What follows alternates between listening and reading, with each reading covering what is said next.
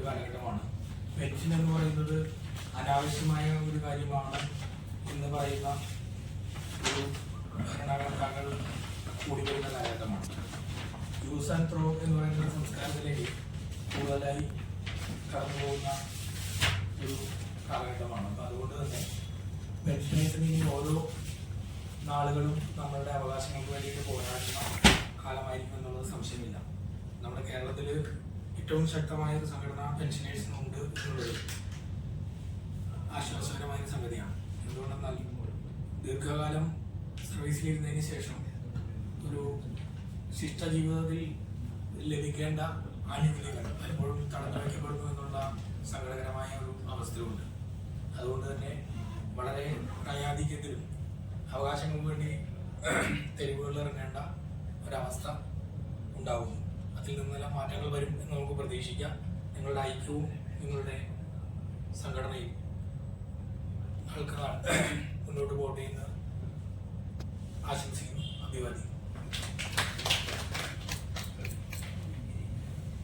Kerala state service pensioners യൂണിയന്റെ 33ാം വാർഷിക സമ്മേളനത്തോടനുബന്ധിച്ച് നടന്ന ചടങ്ങാണ് ഈ കഴിഞ്ഞു.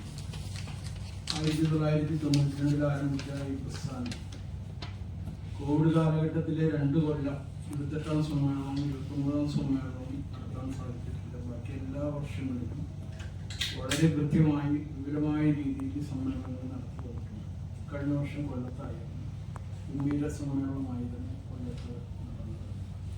ഈ നേരത്തെ സൂചിപ്പിച്ച പോലെ കുറേയേറെ പ്രശ്നങ്ങൾ നമ്മളെ സംബന്ധിച്ചുകൊണ്ട് വിഷയം കിട്ടാനുണ്ട്, ബീജാറ് കിട്ടാനുണ്ട്, പരിഷ്കരണത്തിന് കൺവെൻഷനെ വെച്ചിട്ടില്ല, അങ്ങനെയുള്ള കാര്യങ്ങളൊക്കെയായിട്ട് തന്നെ മുന്നോട്ട് പോവുകയാണ്.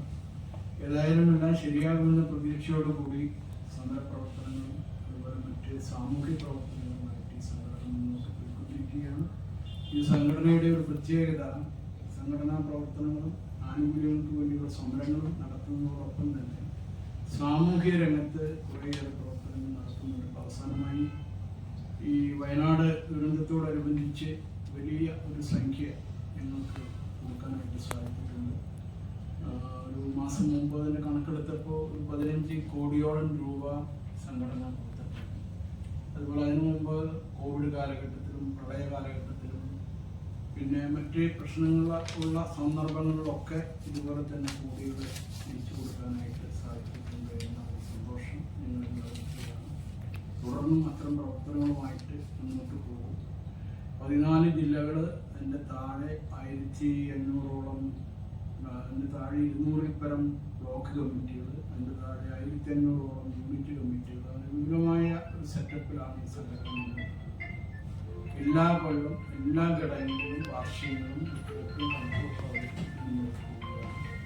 ഇവിടെ കഴിഞ്ഞ ജനുവരിയിൽ എല്ലാ യൂണിറ്റുകളുടെയും സമ്മേളനങ്ങൾ കഴിഞ്ഞു. സ്റ്റേറ്റ് ഒട്ടാകെ ഈ ഫെബ്രുവരിയിൽ യൂണിറ്റ് സമ്മേളനങ്ങൾ പൂർത്തീകരിക്കും, മാർച്ചിൽ ജില്ലാ സമ്മേളനങ്ങൾ പൂർത്തീകരിക്കും, ഏപ്രിലെ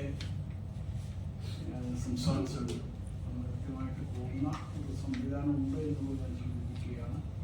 ഏതായാലും ഇവിടെ ഈ ലോഗോ പ്രകാശനം ചെയ്യുന്നതിന് ബന്ധപ്പെടാൻ കഴിഞ്ഞതിൽ വളരെയേറെ സന്തോഷമുണ്ട്. എല്ലാവിധ ആശംസകളും